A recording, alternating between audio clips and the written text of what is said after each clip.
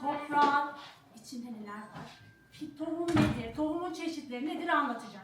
Ama sizin de yapmanız gereken ne biliyor musun?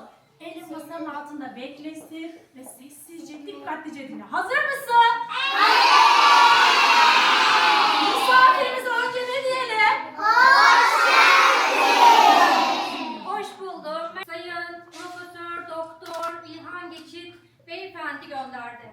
Neden gönderdi sizlerin yanına bizleri? Dedi ki bizim çocuklarımız geleceğimiz onlara emanet dedi. Çünkü yedikleri, içtikleri her şeyler tohumdan ibaret. Tohum nedir? Nasıl ekilir?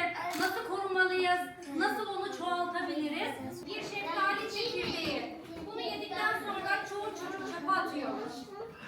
Daha sonra toprağa ekmek için gittiğiniz zaman tohumunuzu çıkartıp toprağa kavuşturabilirsiniz. Güzel büyüsün, gelişsin diye. Buradaki arkadaşlarımız için de toprağa traktörle sürdük.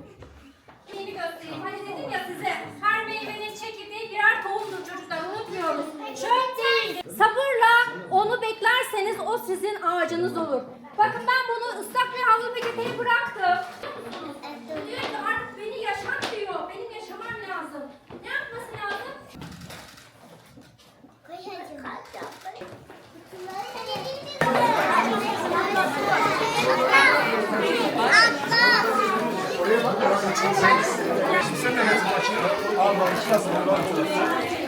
O tohum nerede? Bak sen tohumunu var. Seninle uğraş bak. Düşmanına uğraş bak. Çok kötü kızım. Neden kalkıyorsun? Şimdi tohumu aç.